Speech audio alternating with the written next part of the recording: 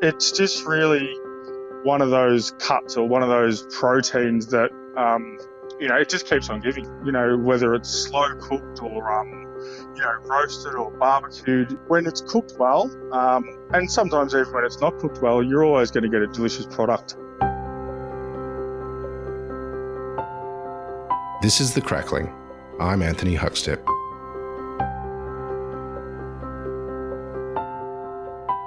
Growing up in the regional Victorian town of Warrnambool, Jake Nicolson had no idea of the level of skill, camaraderie and influence the world of chefing could possibly have.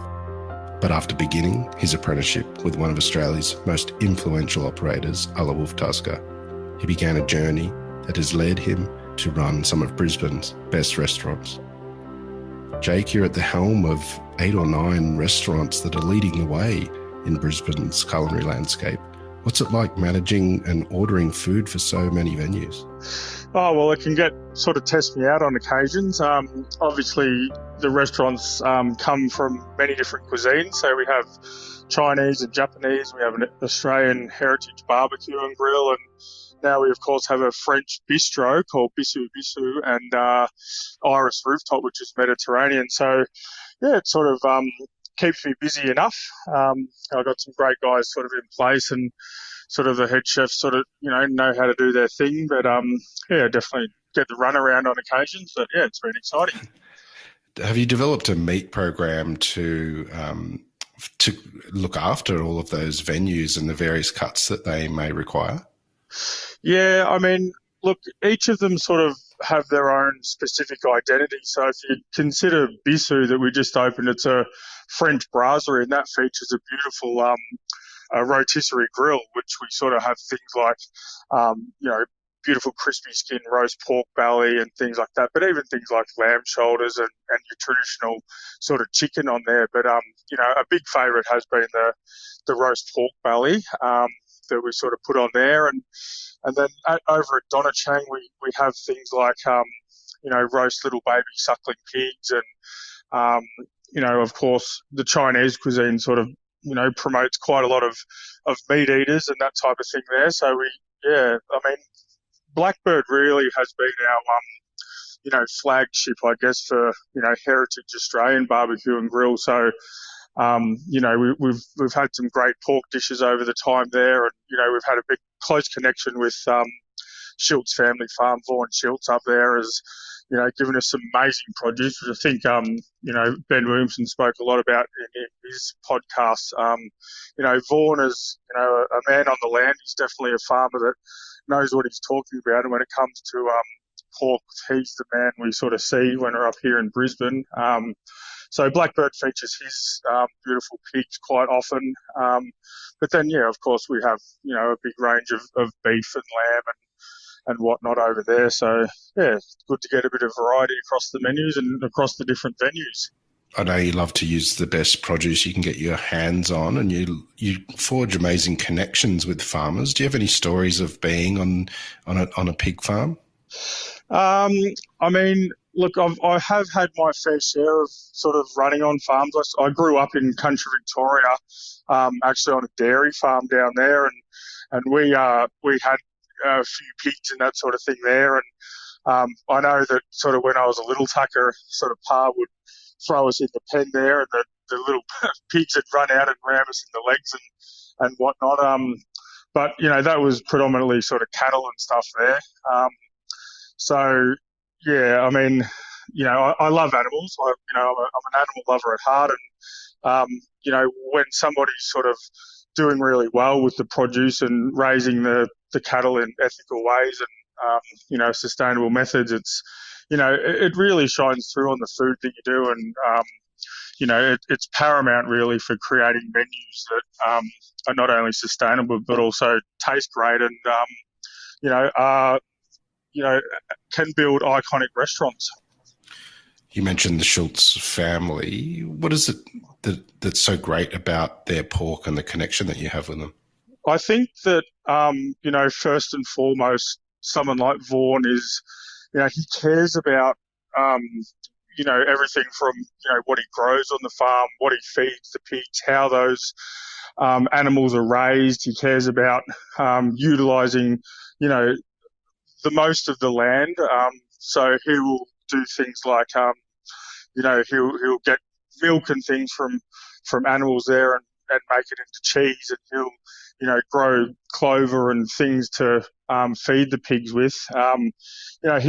His children even sort of raise some suckling pigs when they're young, and they learn about, raising animals, and, that sort of care. And I mean, I know some people can think that type of thing is hocus pocus, but when you have enough care and passion about something you do, and you have pride, and someone like Vaughan, he follows through with, calling us up in the kitchen and seeing how, the produce was received and were we happy with everything. And, he talks about the fat covering and about, what we're going to do with it.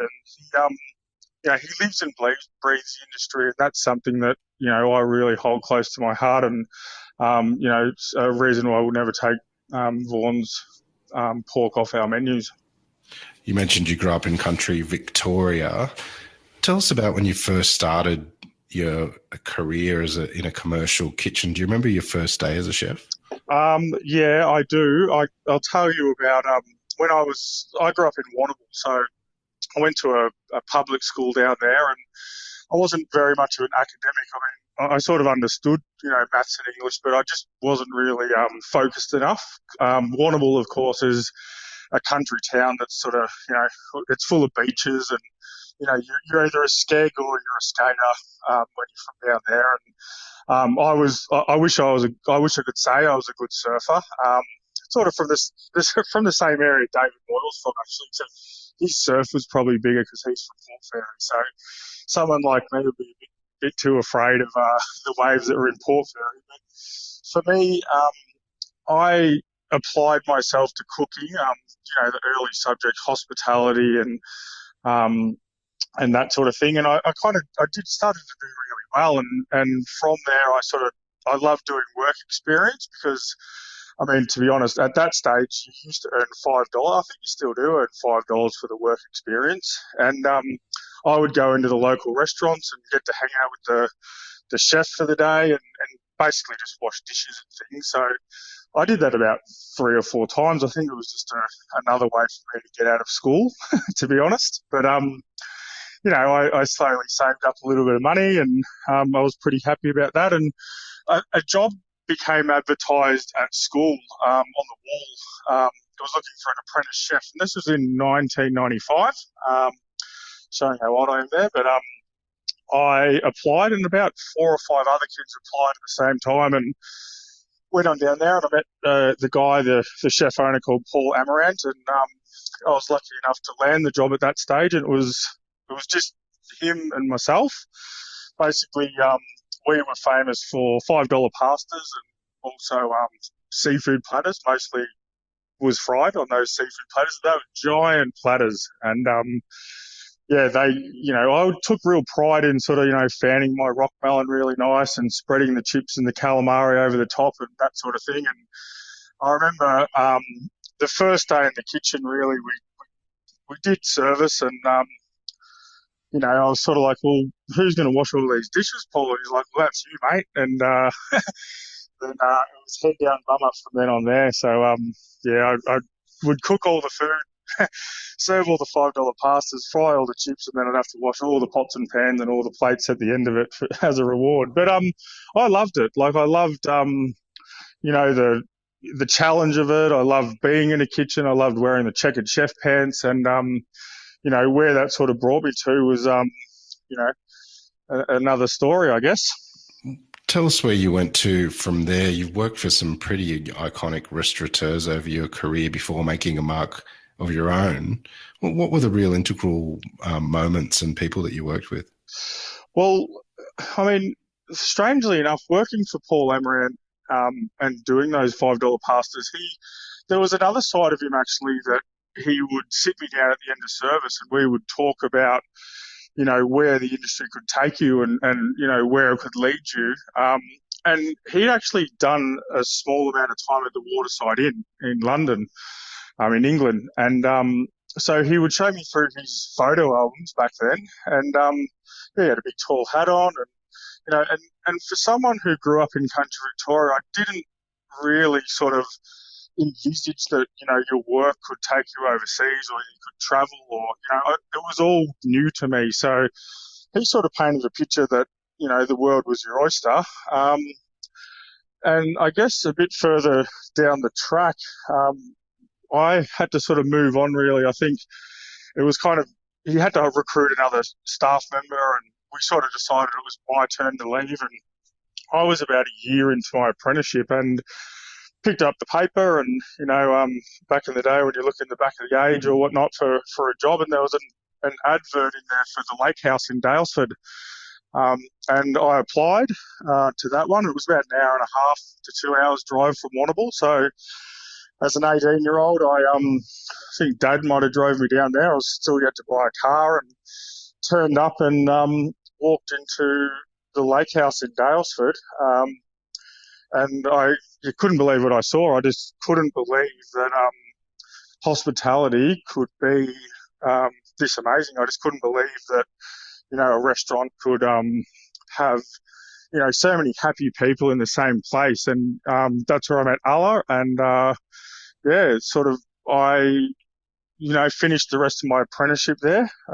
At the same time, a good friend of mine, Karina, she's now at the Slope Inn, and she was another of the apprentices that got hired that same week. So we did our apprenticeships together. So very lucky there. And I guess from there, Alla really she promoted local produce before that was really even a big thing. She obviously her and her husband Alan had been slowly building Lake House up over the previous decade before I got there. But from what I saw, it was just growing from strength to strength. She was promoting the local farmers and the industry, and more and more cars were starting to arrive in Daylesford. And I was learning about dining out and celebrating food, and drinking beautiful wine, and picking mushrooms on the side of the road, and buying chestnuts, and preparing the food from the land. And that was really the basis for me for my ethos that I've taken with me from to this day. Alla Wolftasker is one of Australia's most respected and awarded chefs and restaurateurs. What was she really like to work with? Well, I was lucky enough that I was one of the last apprentices that she was still full-time in the kitchen. I always refer to her as my culinary mother. And I guess she welcomed me into the industry, on a big soft pillow of, there'd be rubs on the back, and, there was a certain element of, of knowing exactly what she wanted. She wanted you to, do well. She wanted you to excel. And, I remember my mum had sort of said to me, when you get in that kitchen, Jake, you always look busy. You be on your toes, and when you're not doing something, pick up the brush and go around and sweep the floor. And that's really what I did. And I remember Alla said to one of the head chefs, "Does that guy know where the toilet is?" And they're like, yeah, he's just he's just on his toes, that guy. So, look, Alla was someone who could read you like a book. She knew when you were feeling down. She if you were enthusiastic, she thrived on that. She loved to teach us new things. She loved to, get you involved in what was happening. And, it's going to sound a bit sort of incestuous, but we were like a little family there at Lake House, and it's still to this day, Alla refers to the Lake House team as a tribe, and they are family. They look after each other, and, that's the basis of their success. Having grown up in the country and then worked at one of Australia's best regional restaurants, what was it like for you moving to Melbourne and living and breathing and working in the city? So, I got a big wake-up call from Lake House. I went to Europe to work in London for a while over there.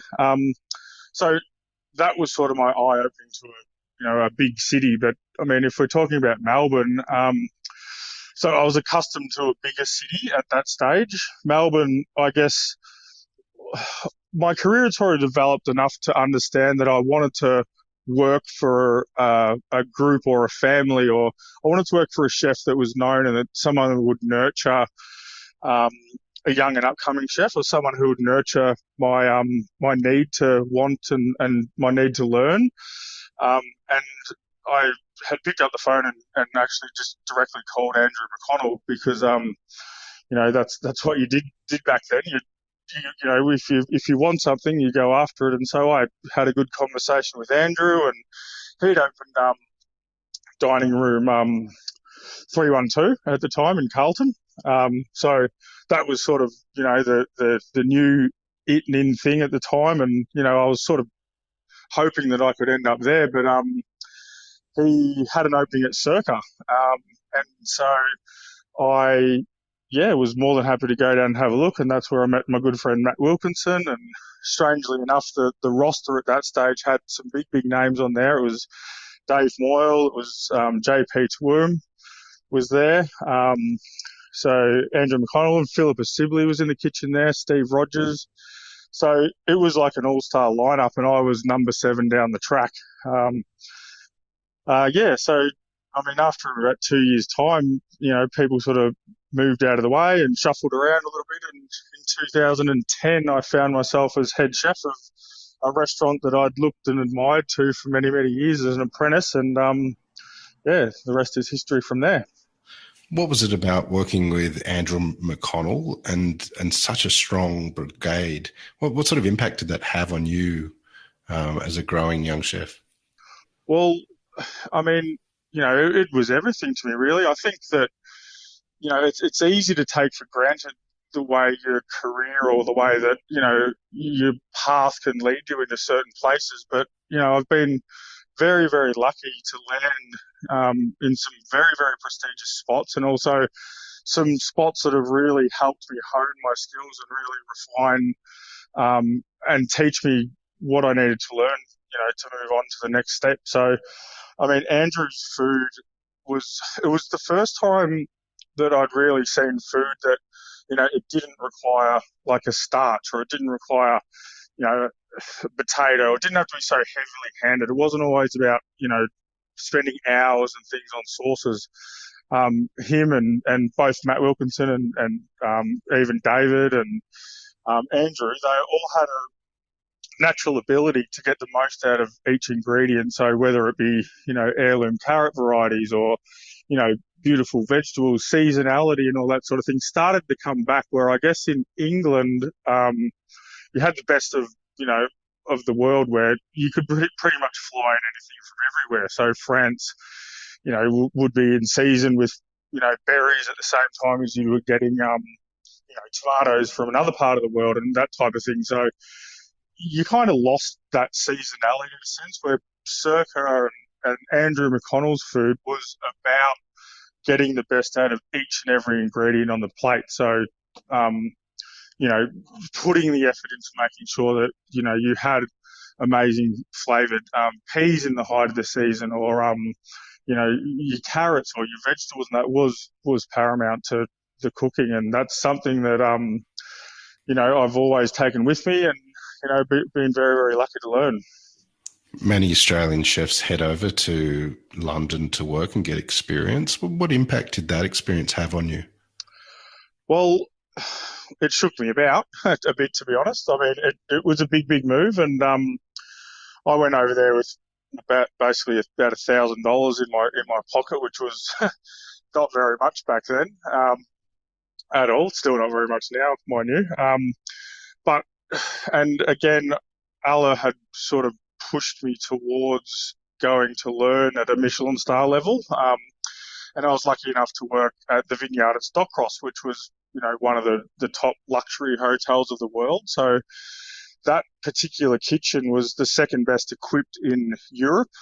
They'd just earned a Michelin star when I arrived there, and I was chef number 20, and we would cook for about 60 people a night. So it was a very, very well-equipped kitchen, and it gave me a chance to learn things like how to perfectly dice shallots and chives, and how to build terrines, um, and also, I guess, making sauces. And that had its own bakery section that had 7 walk-in cool rooms. It had a walk-in freezer.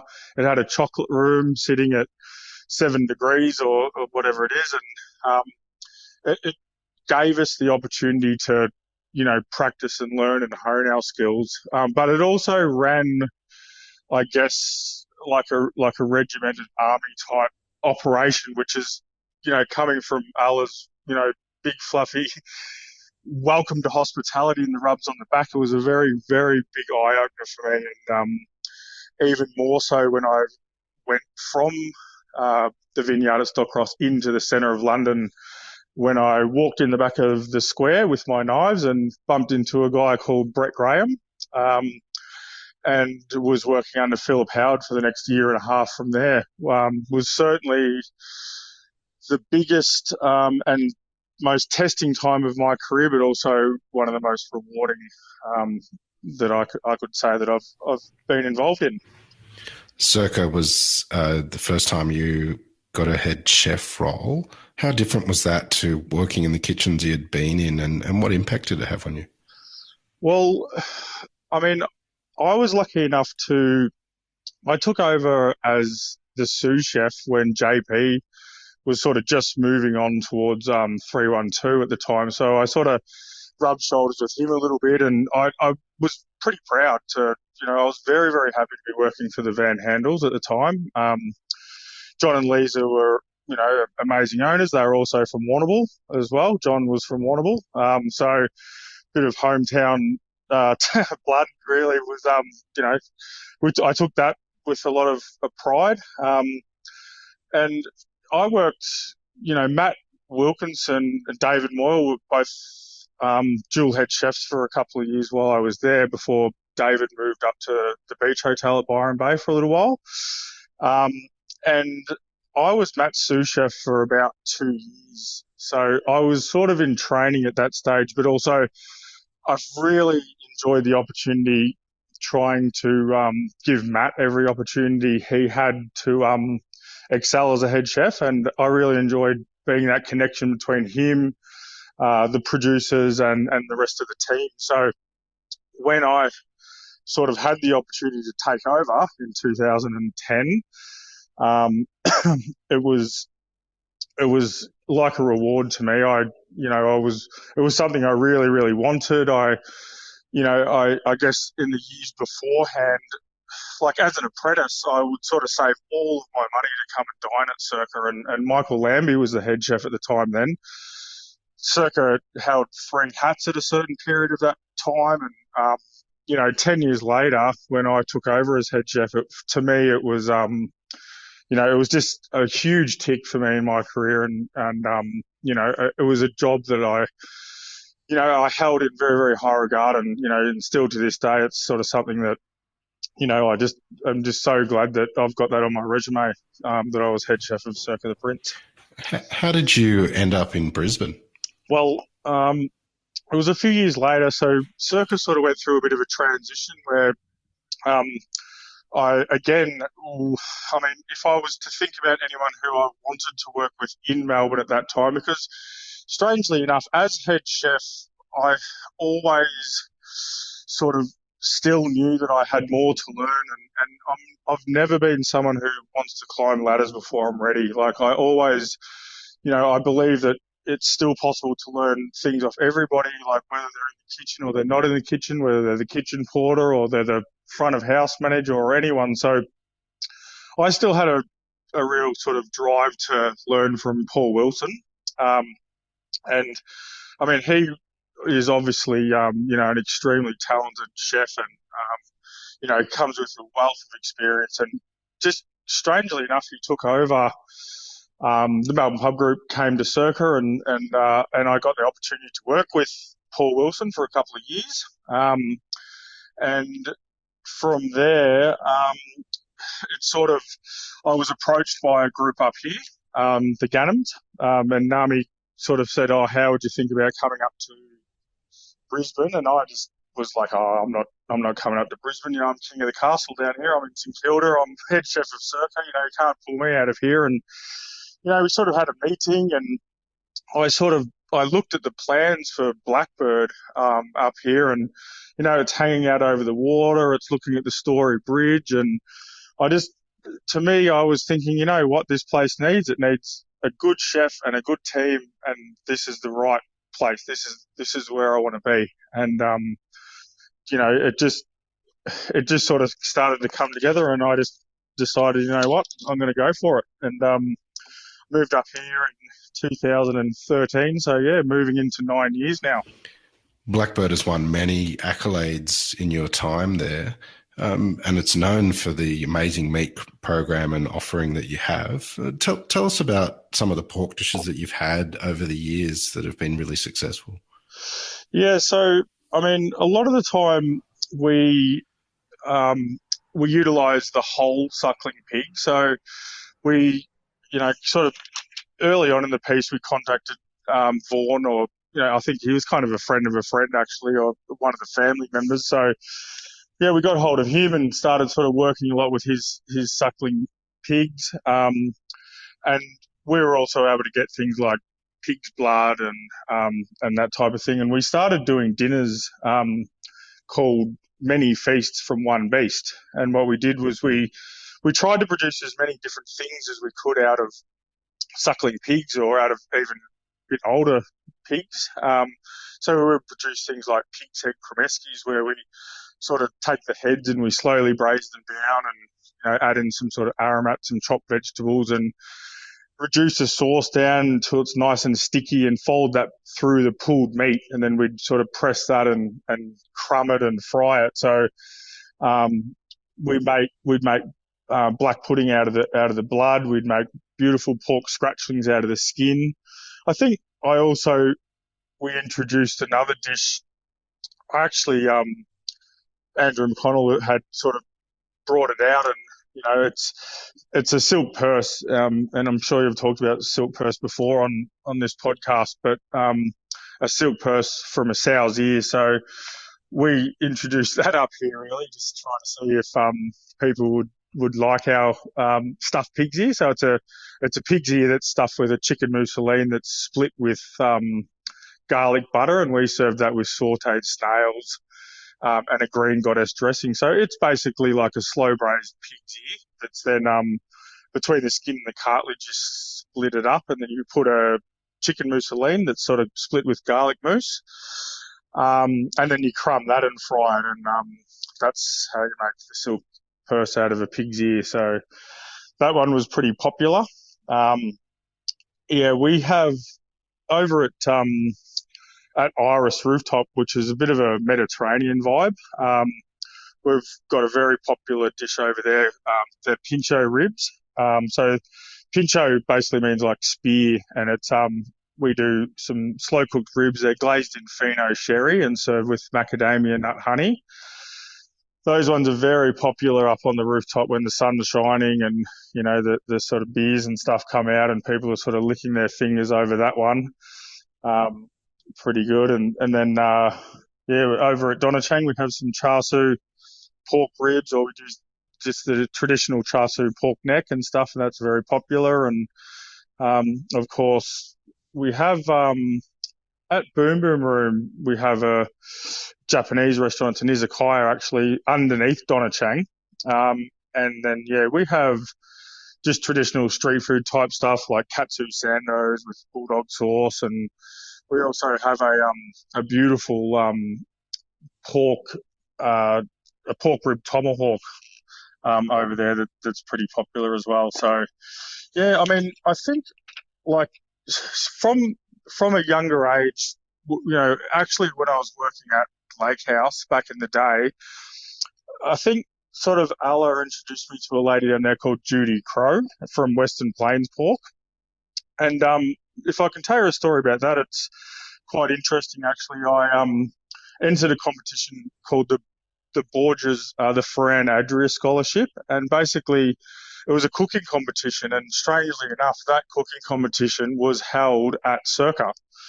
And this was in 2004, so it was a long time before I was actually working there. Um, and basically, the judges at that time were Matt Preston, Shannon Bennett, Andrew McConnell. I think John Lethaline was actually the judge, and it was in the final. And so I actually used the Western Plains pork from Judy, and I rolled the pork belly nice and tight up into a roll and tied it with string, and then I slowly braised that in like an aromatic sort of stock until that was really nice and gelatinous, and then pull that out and then re-wrap it again in cling film and basically allow it to set overnight until it becomes quite firm. And what I did was slice through that pork belly, sort of like a steak, but it was like when you pan fry it, it's beautiful and crispy, and you season it well. It does spit everywhere.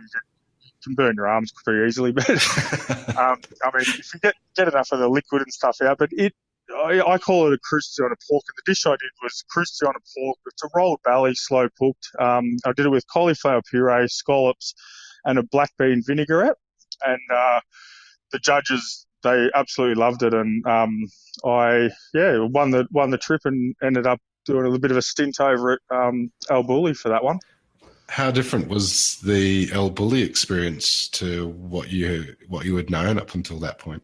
Well, I I was just a little boy I was a little fella up from the country. All of a sudden, I was in Catalunya, in El Bulli. It was very different. It was a big eye opener. There was 36 chefs there actually cooking for 50 people. There wasn't many ovens and things around. There wasn't many things that I was familiar with. But look at that end, at that scale, to be at the number one restaurant in the world at that time was, an unbelievable experience. Look, my jobs when I was there was, I even cleaned the rocks on the road. At the end of the season, we actually went out onto the driveway where the cars would drive in. Not many cars would drive in, mind you, and we'd have to pick up all the rocks, and we'd wash all the rocks, and we'd wrap all the rocks and put them all into a container. And then at the start of the season, those rocks went back out onto the road. And so, that's outside. What was going on inside was on a whole new level. You're known as one of the best protein and meat cooks in Brisbane, if not Australia. When it comes to a pig, though, is there a cut that you prefer, and can you tell us how you cook it? Yeah, I like St. Louis cut pork ribs. I know it can be a bit sort of like American barbecue, but if you look for the St. Louis cut, actually it has it's almost like a belly layer of meat and sort of fat covering. It doesn't have skin, but they are very, very sort of juicy ribs. And I always slow cook that. It can lend itself to so many different cuisines. You can put Asian flavors. You can do it through master stock. You can, use achiote rubs and do Mexican type flavor, or you can just do sort of traditional barbecue and stuff as well. So, I really love to use cuts like that. People can't get enough of those type of things. I think that trotters are another amazing ingredient as well to always have in your kitchen. I was lucky enough to spend a little bit of time, and I'm talking about a day or two over at St. John in London. They're very big advocates for pork and, of course, simple cookery, done really well. And they have this stuff called trotter gear, which I'm sure you've heard about, but they basically always have it in the fridge, and it's basically slowly cooked and pulled apart the meat and the gelatinous substance off trotters, and that is used in a lot of things, sauces and soups, and added to salads and whatnot, and like those type of things. I think the thing with pork, it's extremely versatile. You can have it for breakfast, you can have it for dinner. It's things like smoking. You can smoke your own bacon. It's charcuterie. It's like, if you take a beautiful piece of pork shoulder and slowly braise it, in some aromats and some stock and then shred it down and add that back with some, fat and things. You've got a beautiful rillette, and it's just really one of those cuts or one of those proteins that it just keeps on giving. Like, it just, I've seen it used in desserts. I've seen it, served as a main ingredient. I've seen the primals used. I mean, a loin of pork, whether it's slow cooked or, roasted or barbecued, it's when it's cooked well, and sometimes even when it's not cooked well, you're always going to get a delicious product when you choose the best product. You've got almost 10 restaurants that you're looking after in Brisbane. What's next for you? Will there be more restaurants on the horizon? Well, I mean, never say never in this industry. Look, Brisbane is, an ever-changing and ever-growing market. I think that, for anyone sort of listening that's, thinking about the lockdowns and, how grim this year has been, I guess on a positive note, the industry, it can bounce back quite quickly. And what we've really seen up here in Brisbane is that, restaurateurs are, looking for new market, and, the business has sort of pivoted, and,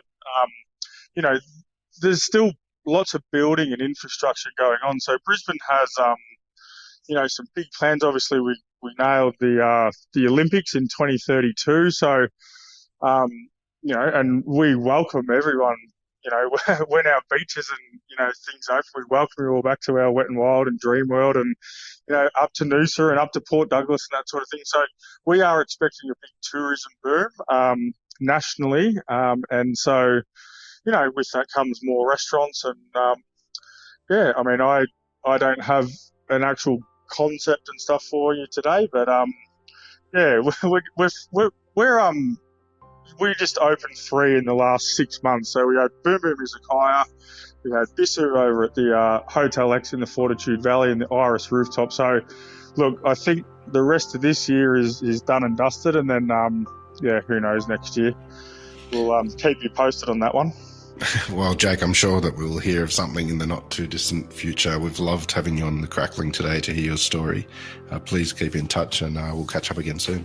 Awesome. Thanks again, Huck. Cheers, mate. This is The Crackling, a Deep in the Weeds production in partnership with PorkStar. I'm Anthony Huckstep. Stay tuned as we catch up with some of Australia's best chefs and pork producers to discover what makes Australian pork so special.